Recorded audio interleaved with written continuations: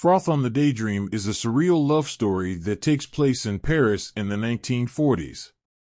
It follows the lives of Colin and Chloe, two young people who fall deeply in love and must navigate the challenges of life in a society dominated by capitalism and materialism.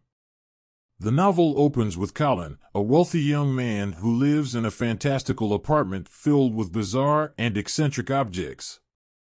He is a man of leisure who spends his days pursuing his various hobbies and indulging in his passion for jazz music.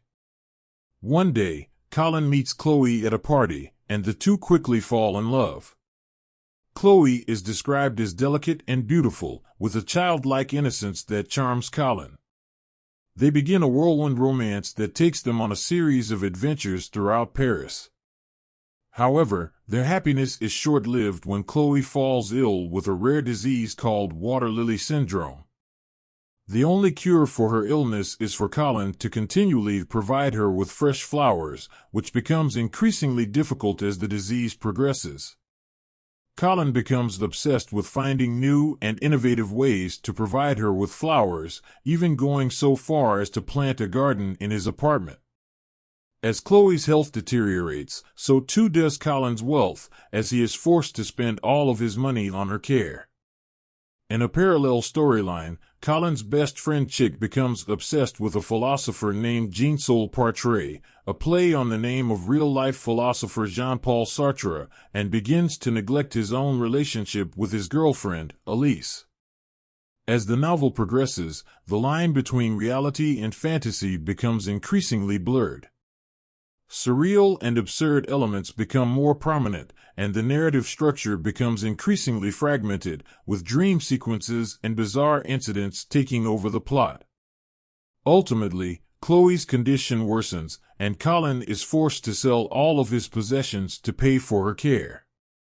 Despite his efforts, Chloe dies, leaving Colin devastated and alone.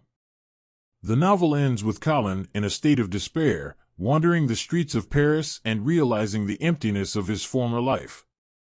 Vian's critique of modern society is clear throughout the novel, with the characters' lives consumed by capitalism and materialism, leaving them isolated and alone. Froth on the Daydream is a highly original and imaginative work of literature. Vian's use of surrealism, absurd humor, and nonlinear narrative structure creates a world that is both fantastical and unsettling.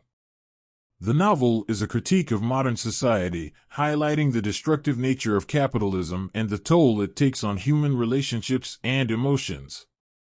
Overall, Froth on the Daydream is a timeless classic that continues to be celebrated by readers and critics alike. Vian's unique style and perspective make it a must-read for anyone interested in the intersection of literature, philosophy, and social critique.